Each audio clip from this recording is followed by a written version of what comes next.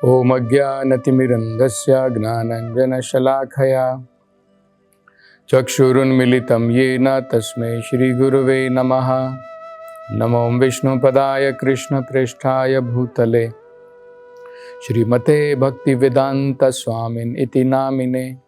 नमस्ते सरस्वती देवे गौरवाणी प्रचारिणे निर्विशेषशून्यवादी पाश्चात्यदेशतारिणे। जय श्री कृष्ण चैतन्य प्रभु नित्यानंद श्री अद्वैत गदाधर श्रीवासदि गौर भक्तवृंद। हरे कृष्णा कृष्ण कृष्णा हरे हरे, हरे राम राम राम हरे हरे। हरे कृष्ण। तो राजा अंग ने जब इन पुरोहित इन ब्राह्मणों की बात को सुना कि उन्होंने तो सभी प्रकार से स्वच्छ सामग्री का ही प्रयोग किया था, उन्होंने वेदों के मंत्रों का सही प्रकार से उच्चारण किया था, लेकिन फिर भी देवतागण ना तो भाग लेने के लिए आए, ना उन्होंने अपने भाग को स्वीकार किया। तो राजा अंग जो है बड़े आश्चर्यचकित हो जाते हैं और वो इन पुरोहित से पूछते हैं, कृपा करके मुझे बताइए कि मैंने क्या अपराध किया है।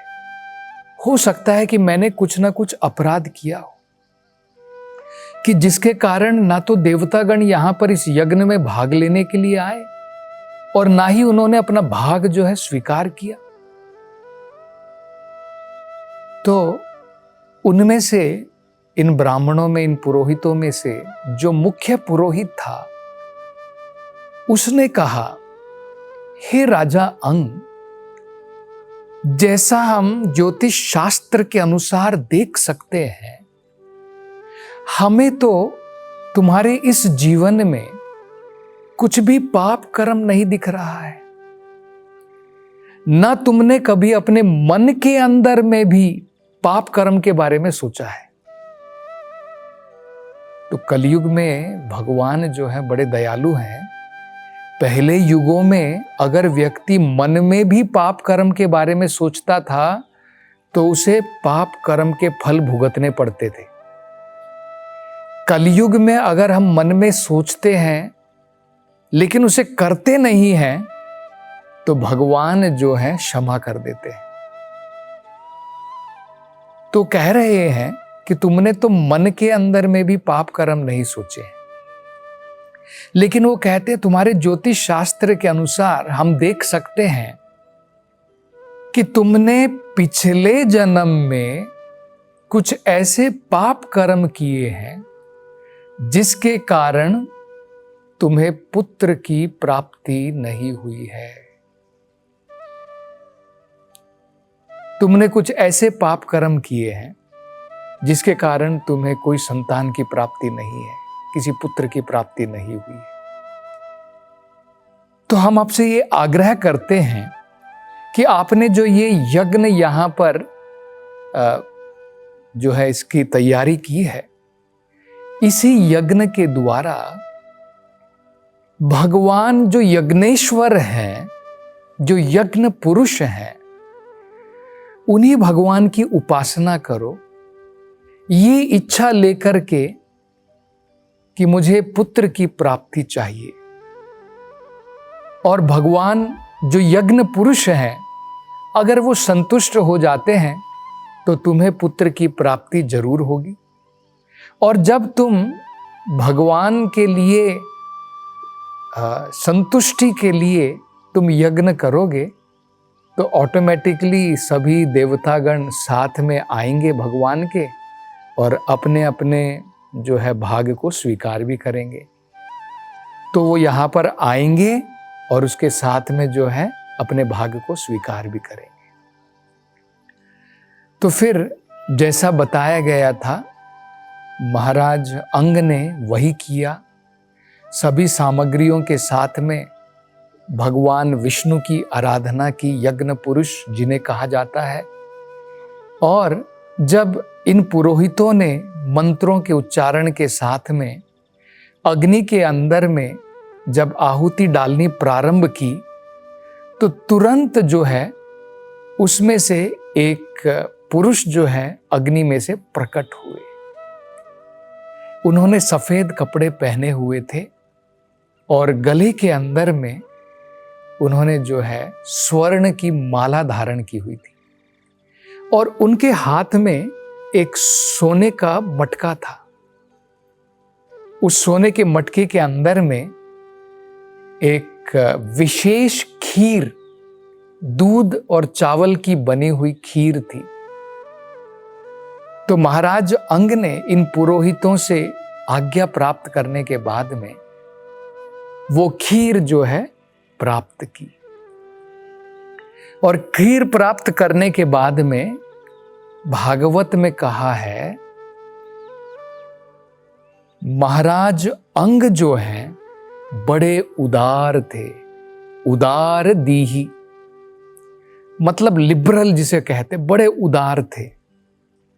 तो उन्होंने अपने खीर अपने हाथों में धारण की उस मटके में और उसको सूंघने के बाद में उन्होंने जो है उसका कुछ भाग उनकी जो वहां पर एक पत्नी थी जिनका नाम था सुनीता, लेकिन भागवत में कहा है उनकी ये पत्नी सुनीता जो है इस आशीर्वाद को प्राप्त करने लायक नहीं थी, लेकिन क्योंकि ये राजा बड़े उदार मन के थे तो वो उनके लायक नहीं थी, उनको पता था, लेकिन फिर भी राजा ने जो है उस खीर का थोड़ा भाग लेकर के अपनी इस रानी सुनीता को प्रदान कर दिया। तो यही सबसे महत्वपूर्ण कारण आगे हम देखेंगे जो बनेगा, जिसके कारण सुनीता जो है इस प्रकार के पुत्र को जन्म देगी जो दुष्ट गुणों से भरा हुआ था, आसुरिक गुणों से भरा हुआ था। तो कई बार हम देखते हैं कि भगवान अपने महान भक्तों के लिए फाइनली अगर देखें तो ये भगवान की ही अरेंजमेंट है। तो भगवान इस प्रकार की व्यवस्था करते हैं कि उनका भक्त जो है वापस भगवत धाम तक आ सके। क्योंकि जब महाराज अंग देखेंगे कि उनका पुत्र इस प्रकार का दुष्ट है, अवगुणों से भरा हुआ है, तो सांसारिक मोह माया को छोड़ करके निरासक्त हो जाएंगे और ये सब कुछ छोड़ करके भगवान की पूर्ण रूप से शरण, उनका आश्रय ग्रहण करेंगे। तो ये एक प्रकार से देखें तो भगवान की ही अरेंजमेंट है। तो उन्होंने जो है अपनी पत्नी को उसमें से एक भाग प्रदान कर दिया। तो सुनीता ने ये भाग जो है उन्होंने खाया और उसके बाद में बताया जाता है कि बड़े शीघ्र ही अपने पति के द्वारा वो गर्भवती हो गई और कुछ समय के पश्चात उनको जो है एक पुत्र की प्राप्ति हुई। और भागवत में कहा है ये पुत्र जो था एक प्रकार से मृत्यु का प्रतिनिधि था, सभी प्रकार के अवगुणों से भरा हुआ था। ऐसा क्यों था? क्योंकि जो सुनीता थी, जो उनकी ये पत्नी थी, वो एक प्रकार से अभागे परिवार में उनका जन्म हुआ था। सुनीता के जो पिताजी थे, बताया जाता है कि वो मृत्यु पुरुष थे। मतलब कहते हैं ना, डेथ पर्सोनिफाइड, मृत्यु पुरुष थे, साक्षात मृत्यु पुरुष थे। तो उनकी बेटी थी ये सुनीता। और वेदों के अनुसार, स्मृति शास्त्रों के अनुसार बताया जाता है,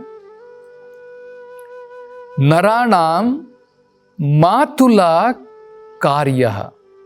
मतलब जनरली जब जैसे हम लोग देख सकते हैं, पुत्री जो होती है, बेटी जो होती है, वो अपने पिताजी के गुण जो है लेकर के आती है,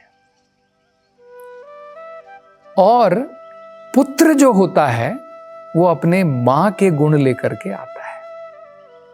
तो यहां पर आप देखिए, सुनीता जो है वो किसकी पुत्री है? वो साक्षात मृत्यु पुरुष की पुत्री है। तो जो उसके अंदर में गुण थे, मृत्यु पुरुष के अंदर में जो गुण थे, वो गुण लेकर के सुनीता पैदा हुई। और अब जब उनको पुत्र की प्राप्ति होगी, तो पुत्र जो है अपने मां के गुण लेकर के आता है।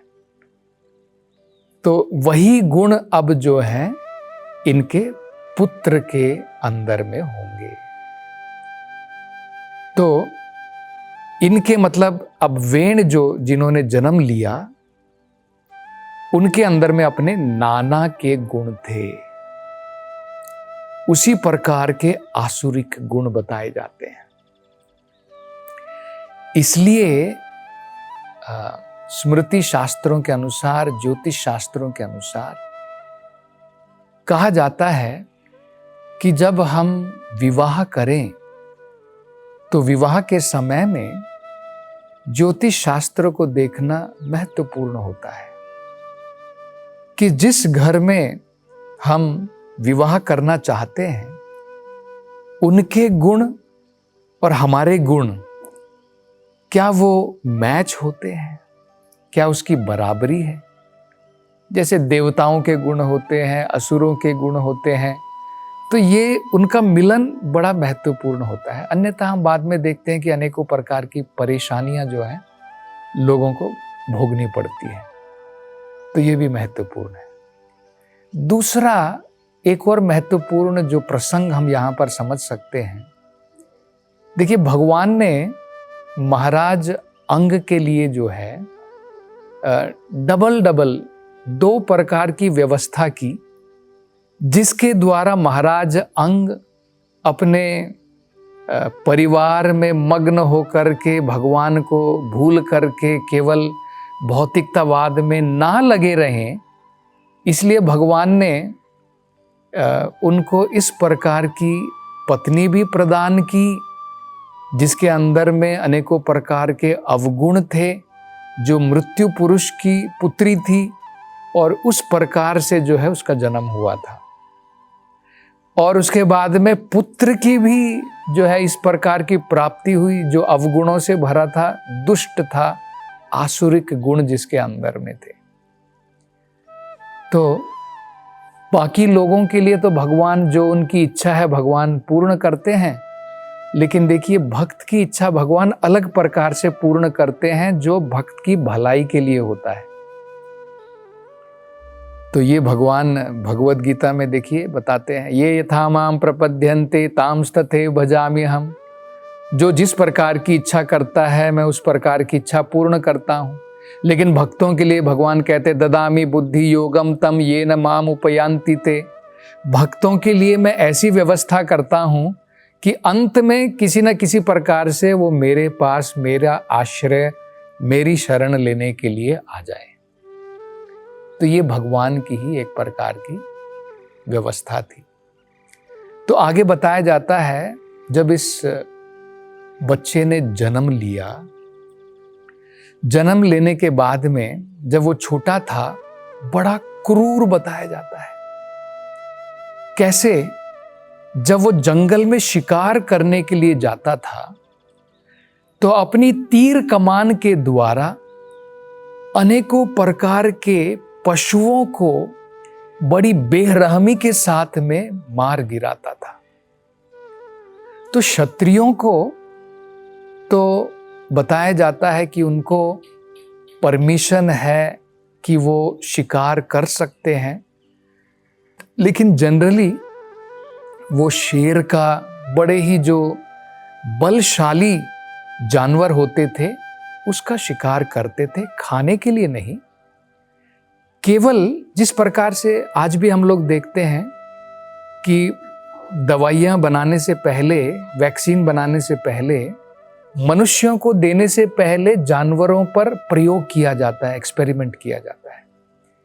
इसी प्रकार से क्षत्रिय के लिए परमिशन थी, क्योंकि उसे जो है, अगर कोई चोर है, उचक्का है, असुर है, दुष्ट है और उसको उसका गला जो है काटना है, उसको धड़ से अलग करना है, तो उसे जो है ये अभ्यास होना चाहिए।